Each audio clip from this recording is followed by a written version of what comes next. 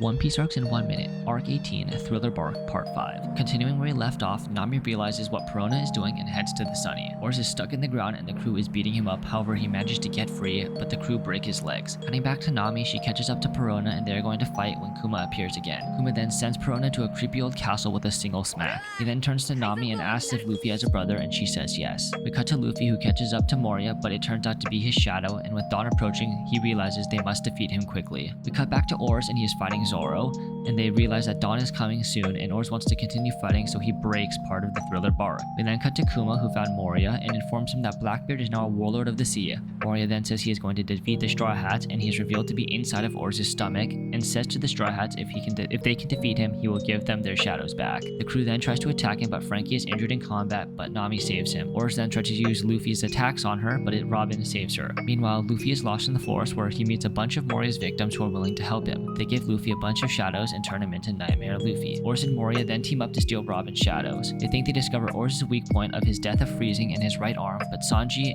and Usopp are defeated by the Gum Gatling. Zoro then creates an opening for Usopp to shoot salt, but gets knocked out, and Moria comes out and throws the salt back at Usopp. They are then about to get stomped when Nightmare Luffy pulls up. The Rolling Parts also arrive to help the Straw Hats, and Luffy proceeds to 1v2 Oars and Luffy. The shadows then leave Luffy and he passes out. However, Oars gets back up and the rest of the Straw Hats combine to freeze Oars. Luffy then reawakens and hits him with a Gear 3, defeating him. Moria then wakes up and uses his ultimate technique, Shadow's Asgard. They begin fighting him, however the sun begins to rise.